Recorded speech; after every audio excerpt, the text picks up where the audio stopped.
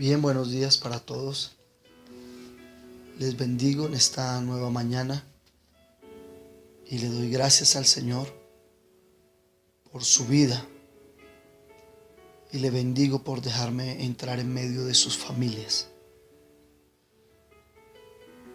Y quiero hablarte de la gran diferencia que hay entre un pecador y una persona que se llama cristiana, pero que es inmadura. La Biblia considera al pecador aquella persona que vive bajo la práctica del pecado. Esto significa que aquellas personas que viven conforme a las pasiones de este mundo. La Biblia se refiere a quien peca voluntariamente como una forma de vida, pero que ignora el sacrificio del Señor Jesucristo en la cruz del Calvario. Ninguno de los apóstoles que escribieron el Nuevo Testamento consideraron que alguien que practica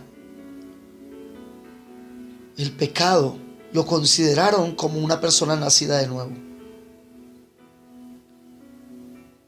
Ni mucho menos la consideraron llena del Espíritu Santo. Porque la Biblia hace una diferencia entre el pecador y el inmaduro.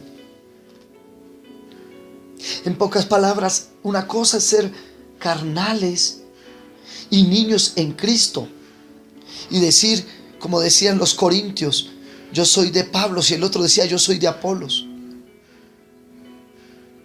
Otra muy distinta,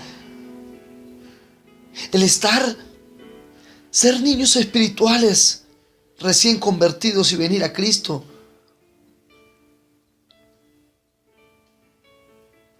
Otra muy distinta es ser un adúltero. Otra muy distinta es ser un niño espiritual y estar opinando en la iglesia y estar contendiendo con pequeñas cosas. Pero otra muy distinta es ser un ladrón.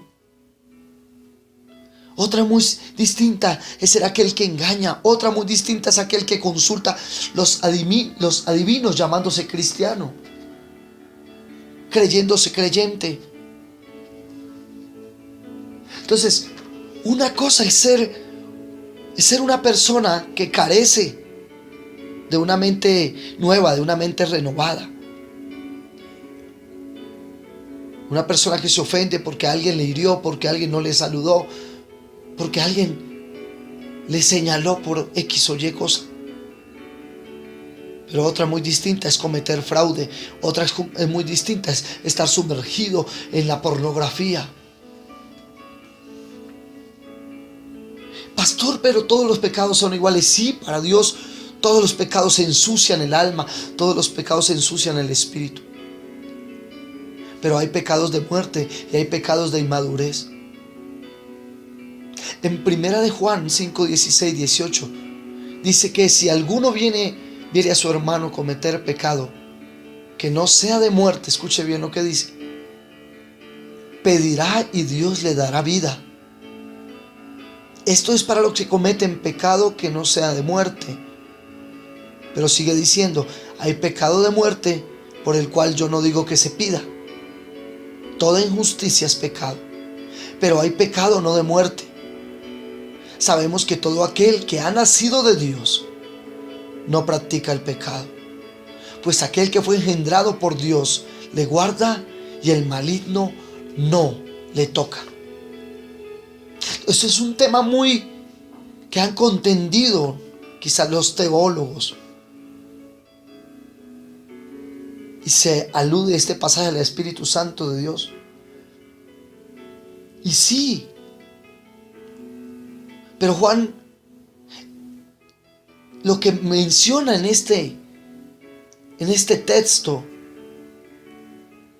es una revelación que él tiene, Juan, en cuanto a los que son de Dios y los que no son de Dios. Entonces, Juan, a lo largo del libro de Juan, lo que está hablando es de la importancia de no practicar el pecado.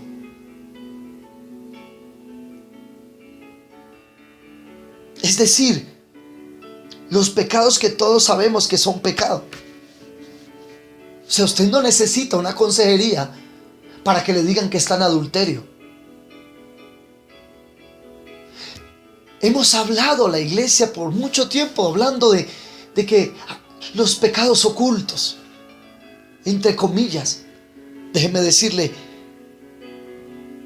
que usted no necesita una consejería para que le digan cuáles son sus pecados ocultos. Usted sabe qué es lo que hay ahí adentro que usted practica. Usted lo sabe. Hoy, en lo que hoy vivimos, amado oyente, mantenerse santo, mantenerse guardado para Dios sin practicar los pecados del mundo. Escúcheme bien, no significa que seamos legalistas. No significa que vivamos conforme a una ley. Significa que vivimos conforme al Espíritu. Significa que somos guiados por el Espíritu. Por eso Jesús dijo en Mateo capítulo 5, versículos 17 al 20: no penséis que he venido para abrogar la ley o a los profetas. No he venido para abrogar, sino para cumplir. Porque os digo que si vuestra justicia no fuere mayor que la de los escribas y fariseos, no entraréis en el reino de los cielos.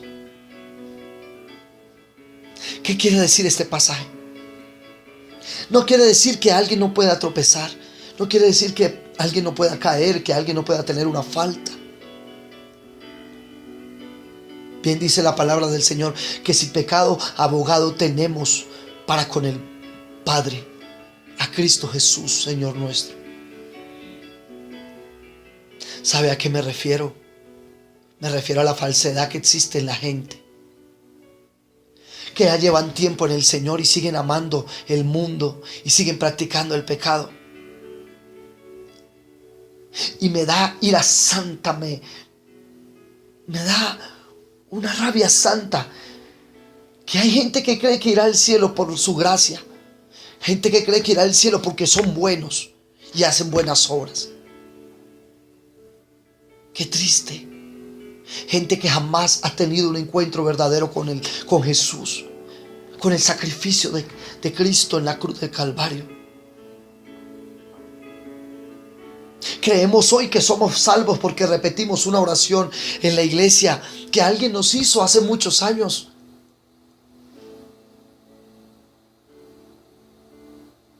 Pablo hizo diferencia entre el pecado y el inmaduro.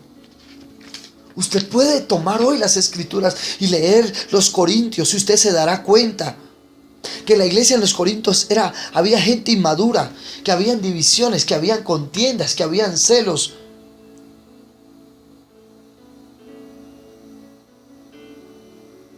Usted puede ver que en una parte en los Corintios encontramos a un hombre que cometió incesto. Y esto fue un caso renombrado. Fue algo inaudito para los corintios. Por eso en 1 Corintios 5:11 dice: más bien os escribo que no os juntéis con ninguno que llamándose hermano fuere fornicario, o avaro, o idólatra, o maldiciente, o borracho, o ladrón. Con el tal ni aun comáis, porque a los que están afuera Dios los juzgará. Quitad pues a ese perverso de entre vosotros. Estaba hablando de ese hombre que cometió incesto. Y en la segunda epístola, en 2 Corintios capítulo 2, mire lo que escribe Pablo. Dice que, pero si alguno me ha causado tristeza, no me la ha causado a mí solo, sino en cierto modo a todos vosotros. Le basta a tal persona esta reprensión hecha por muchos.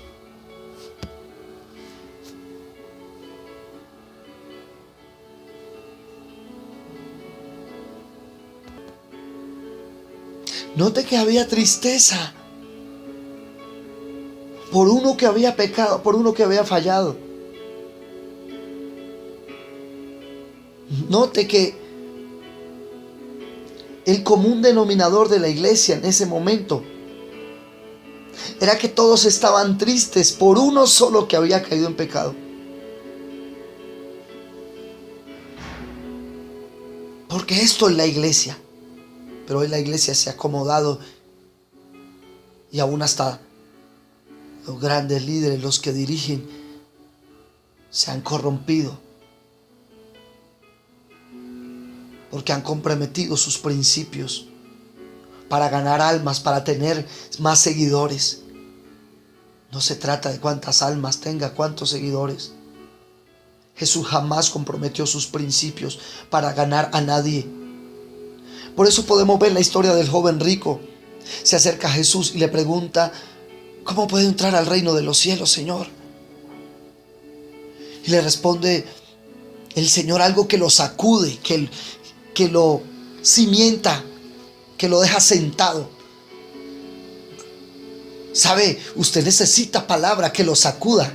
Usted necesita palabra que lo deje sentado, que lo confronte con las tinieblas y con el pecado y que le traiga espíritu de arrepentimiento a su vida. Es lo que usted necesita, amado.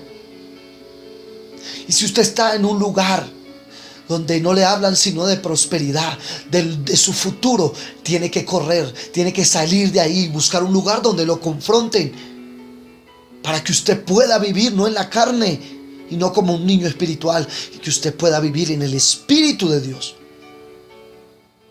guiado por el Espíritu Santo. En Mateo 19:16 dice: entonces vino uno y le dijo: Maestro bueno, ¿qué bien haré para tener vida eterna? Estoy hablando del joven rico. Y él le dijo: si quieres entrar en la vida, guarda los mandamientos. Preguntó el joven, le dijo: ¿cuáles? Y Jesús dijo: no matarás, no adulterarás, no hurtarás, no dirás falso testimonio. Honra a tu padre y a tu madre y amarás a tu prójimo como a ti mismo. Pero el joven dijo: todo esto lo he guardado desde mi juventud. ¿Qué más me falta? Y Jesús le dijo: si quieres ser perfecto, anda, vende todo lo que tienes y dalo a los pobres, y tendrás tesoros en el cielo. Y ven, sígueme. Pero dice que oyendo el joven esta palabra se fue triste porque tenía muchas posesiones. Se fue triste porque tenía un Dios llamado Mamón, el Dios del dinero. Se da cuenta que aunque el joven había cumplido muchas cosas, Jesús no simplemente le dijo: ¿por qué has cumplido esto? Sígueme. Jesús sabía que había en su corazón, y este joven fue confrontado con lo que él más amaba. Leo este pasaje y me introduzco y veo cómo Jesús no acomoda el evangelio para seducir a nadie. Jesús a los fariseos no les habló con la mayor sabiduría evangelística para que lo siguieran. Jesús les hacía ver lo que había en sus corazones. ¿Sabe para qué? Para que se arrepintiesen, para que lo pudieran seguir de corazón. Hoy la iglesia le diría a ese joven rico: no se preocupe. Si no quiere dar su dinero, no se preocupe. Si usted es amante del dinero, no se preocupe, usted puede estar aquí. Hoy la iglesia le diría: no se preocupe, no deje a su amante, siga revolcándose con su amante, y aquí hay un lugar, aquí hay una silla. Hoy la iglesia le dice a la gente: tiene una cantidad de ídolos, tranquilo, no se preocupe, lo que me interesa es si trae su diezmo y su ofrenda, pero siga con su idolatría. Hoy la iglesia le dice: no me importa su alcoholismo, no me importa su odio, me importa que usted traiga recursos a la iglesia, entonces venga, siéntese. ¿Hasta dónde hemos llegado? Yo no digo que Jesús odie, Jesús ama. Dio su vida por usted y por mí. Pero permítame decirle, usted necesita ser confrontado. Usted necesita abrir su corazón.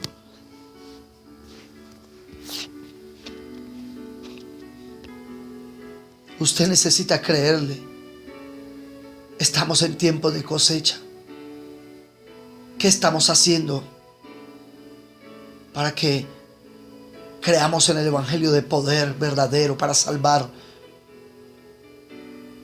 El verdadero amor con que Dios nos ama es un amor lleno de misericordia, que nos muestra que Él está con nosotros para reconciliarnos con el Padre. Esa es la misión de Jesús, reconciliación. Pero para que esto suceda, tiene que llevarnos a entender cuánto dolor le causa al Padre nuestro pecado. El pecado hiere profundamente el corazón de Dios. El pecado hirió profundamente el cuerpo y el espíritu de Jesús. No podemos seguir predicando un evangelio que no nos deje ver y que no nos deje confrontarnos con la realidad, con el pecado. Por eso mi oración en esta mañana es que usted pueda creer.